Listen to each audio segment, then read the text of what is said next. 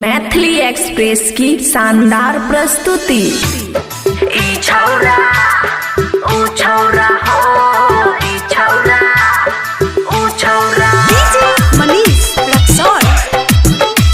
खुशी recording studio बलुआहा। ई छौरा ओ छौरा। 2019 लागल छै पीछा, 2019 लागल छै पीछा, 20 में मांगे किस। ई छौरा ओ छौरा, ई छौरा ओ छौरा, ई छौरा ओ छौरा हो, ई छौरा ओ छौरा। 2019 लागल छै पीछा, 2019 लागल छै पीछा, 20 में मांग किस। ई छौरा ओ छौरा, ई छौरा ओ छौरा, ई छौरा ओ छौरा हो, ई छौरा ओ छौरा ओ छौरा। खुशी रिकॉर्डिंग स्टूडियो बलुआहा। डीजे मनीष रक्सौल। ई छौरा ओ छौरा, ई छौरा ओ छौरा।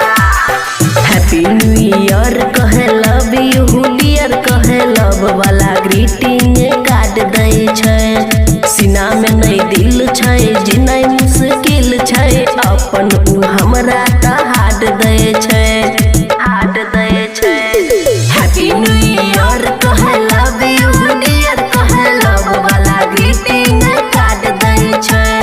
सीना में नहीं दिल छै, जीनाइ मुश्किल छै, अपन उ हमरा त हार्ड दै छै। कनियो नहीं हमरा मन के भावे, कनियो नहीं हमरा मन के भावे, उठबै बड़ा रिस। ई छौरा ओ छौरा, ई छौरा ओ छौरा, ई छौरा ओ छौरा हो, ई छौरा ओ छौरा। ई छौरा ओ छौरा हो, ई छौरा ओ छौरा।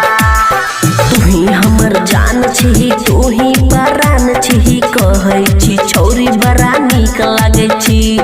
गंदा गंदा बात करे, रोज मुलाकात करे, छौरा त हमरा बड़ा ढीठ लागे छी, ढीठ लागे छी।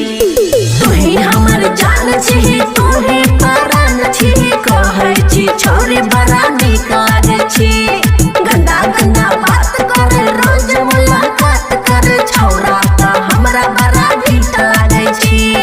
बबुआ राहुल खुशी जी से, बबुआ राहुल खुशी जी से मांगे प्यार के फीस। ई छौरा ओ छौरा, ई छौरा ओ छौरा, ई छौरा ओ छौरा हो, ई छौरा ओ छौरा। खुशी रिकॉर्डिंग स्टूडियो बलुआहा।